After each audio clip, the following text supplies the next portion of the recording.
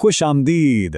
آئیے آج ایک ایسی داستان کی گہرائیوں میں اترتے ہیں جو صدیوں سے دلوں کو متاثر کرتی آئی ہے، یعنی کربلا کی داستان۔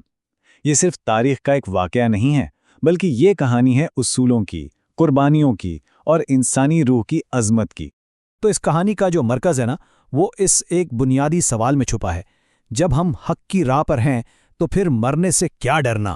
یہی سوال تو حسین ابن علی کے سفر کی اصل بنیاد تھا، ایک ایسا سفر جو اصل میں ایمان، انتخاب اور آخری قربانی کا امتحان بن گیا۔ کہانی شروع ہوتی ہے پیغمبر اسلام کے نواسے حسین ابن علی سے۔ ہوتا یہ ہے کہ کوفہ کے لوگوں کی طرف سے انہیں ڈھیر سارے خطوط آتے ہیں حمایت کے، اور انہی خطوط پر وہ ایک انتہائی خطرناک سفر پر نکل پڑتے ہیں۔ اب دیکھیں، ان کا اس وقت کے خلیفہ یزید کی بیعت سے انکار کرنا یہ صرف کوئی سیاسی قدم نہیں تھا، نہیں، بلکہ یہ اصولوں پر ڈٹے رہنے کا ایک بہت بڑا جرأت مندانہ فیصلہ تھا۔ مگر یہ سفر سیدھا ایک ٹکراؤ کی طرف جا رہا تھا۔ انہیں روکنے کے لیے ایک فوج روانہ کر دی گئی۔ اس فوج کی قیادت کر رہا تھا عمر ابن سعد، جسے اس کام کے بدلے میں رے کی گورنری کا لالچ دیا گیا تھا۔ اور یہاں پر ہم دیکھتے ہیں کہ کیسے ذاتی مفاد کبھی کبھی اصولوں پر حاوی ہو جاتا ہے۔ لیکن اس سے پہلے کہ حسین کوفہ پہنچتے، ان کے قاصد مسلم ابن عقیل وہاں گرفتار کر لیے جاتے ہیں، اور یہیں سے ان المناک واقعات کی بنیاد پڑتی ہے جو آگے آنے والے تھے۔ سوچنے کی بات ہے، قید میں ہونے کے باوجود مسلم کا عزم ذرا بھی نہیں ٹوٹتا۔ ان کے الفاظ ان کی غیرت کی گواہی دیتے ہیں۔ وہ کہتے ہیں کہ افسوس اس بات کا نہیں کہ پکڑا گیا، افسوس تو ہتھیار ڈالنے کا ہے، کیونکہ ان کے لیے میدان جنگ میں شہید ہونا کہیں زیادہ باعزت انجام تھا۔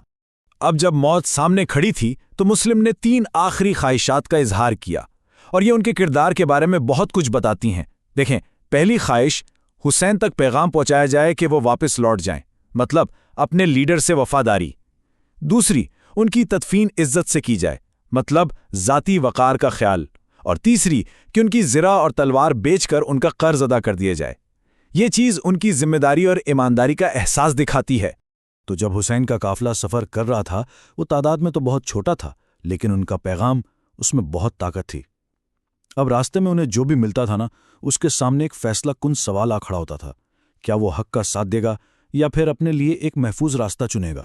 اسی سفر میں ہماری ملاقات ہوتی ہے زہیر ابن کین سے، ایک کامیاب دولت مند تاجر جو شروع میں تو حسین سے ملنے سے بھی کترا رہا تھا۔ وہ اس پورے تنازع سے، اس جھگڑے سے دور رہنا چاہتا تھا۔ مگر ان کی بیوی ان کی اس ہچکچاہٹ کو چیلنج کرتی ہیں۔ وہ ان کی غیرت کو جھنجھوڑتی ہیں اور کہتی ہیں کہ پیغمبر کا نواسہ بلا رہا ہے اور تم سننے سے بھی انکار کر رہے ہو۔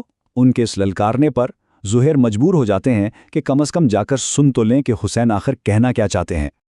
اور وہ ایک ملاقات، بس وہی ایک ملاقات زہیر کی پوری زندگی بدل دیتی ہے۔ وہ واپس آتے ہیں تو ایک بالکل مختلف انسان ہوتے ہیں۔ اپنی بیوی کو آزاد کرتے ہیں، اپنی دولت، اپنی زندگی، سب کچھ حسین کے مقصد کے لیے وقف کر دیتے ہیں۔ یہ اس بات کا ثبوت ہے کہ حسین کی پکار میں کتنی طاقت تھی، ایک ایسی پکار جو سوتے ہوئے ضمیر کو جگا دیتی تھی۔ اور یہ پکار صرف کسی ایک مذہب تک محدود نہیں تھی۔ اس کی سب سے بہترین مثال ہے وہب کی کہانی۔ ایک نوجوان جو مذہباً عیسائی تھے، اپنی ماں اور نئی نویلی بیوی کے ساتھ سفر کر رہے تھے۔ حسین سے ایک چھوٹی سی ملاقات ہوتی ہے اور وہ ان کے ایسے ساتھی بنتے ہیں جو پھر کبھی جدا نہیں ہوئے۔ چلیے اب ذرا تصویر کا دوسرا رخ بھی دیکھتے ہیں۔ آخر وہ کون سی قوتیں تھیں جو حسین کے خلاف جمع ہو رہی تھیں، اور ان کے پیچھے کیا محرکات تھے؟ تو مخالف فوج کی لیڈرشپ 2 بالکل الگ قسم کے لوگوں کے ہاتھ میں تھی۔ ایک طرف تھا عمر ابن سعد، جو الجھن کا شکار تھا۔ وہ جانتا تھا کہ یہ غلط ہے، لیکن رے کی گورنری کا لالچ اسے کھینچ رہا تھا۔ اور دوسری طرف تھا شمر، جو بالکل صاف تھا۔ اس کو صرف اور صرف ٹکراؤ چاہیے تھا، ظلم چاہیے تھا۔ مطلب ایک طرف ہچکچاہٹ تھی تو دوسری طرف سراسر بے رحمی۔ اور پھر آخرکار وہ دن آ ہی جاتا ہے جب یہ دونوں قوتیں آمنے سامنے آتی ہیں۔ کربلا کے میدان میں ایک ایسی جنگ کا آغاز ہوتا ہے جو طاقت کے لحاظ سے بالکل غیر مساوی تھی۔ تاریخ تھی 10 محرم 61 ہجری، ایک ایسا دن جسے آج بھی عاشورہ کے نام سے یاد کیا جاتا ہے۔ جنگ سے پہلی رات، جسے شب عاشور کہتے ہیں، حسین ایک بہت ہی غیر معمولی کام کرتے ہیں۔ وہ اپنے خیمے کی شمع بجھا دیتے ہیں اور اپنے سب ساتھیوں سے کہتے ہیں کہ جو جانا چاہے اس اندھیرے کا فائدہ اٹھا کر چلا جائے، کوئی شرمندگی نہیں ہوگی۔ مگر ایک بھی ساتھی انہیں چھوڑ کر نہیں گیا۔ یہ تھی ان کی وفاداری۔ پھر جب جنگ کا دن آیا تو حسین کے ساتھیوں کا ہر عمل ان کے عزم کی گواہی دے رہا تھا۔ مثال کے طور پر زہر مخالف فوج کے سامنے جا کر انہیں ان کے ایمان کی یاد دلاتے ہیں۔ وہب جو عیسائیت سے اسلام میں آئے تھے ایسی بہادری سے لڑتے ہیں کہ مثال نہیں ملتی، یہاں تک کہ حسین لڑائی کے بیچ میں ظہر کی نماز کے لیے وقفے کی درخواست کرتے ہیں، ایک ایسی درخواست جس سے مسترد کر دیا جاتا ہے۔ یہ سب چیزیں دکھاتی ہیں کہ وہ آخری دم تک اپنے اصولوں پر قائم رہے۔ جنگ کا انجام حسین اور ان کے جان نثار ساتھیوں کی شہادت پر ہوتا ہے، اور اس کے بعد اس داستان کا رخ ان سنگین نتائج کی طرف مڑ جاتا ہے جو اس کے بعد سامنے آئے۔ اس کے بعد جو منظر ہے وہ دونوں طرف کی سوچ کے فرق کو بالکل واضح کر دیتا ہے۔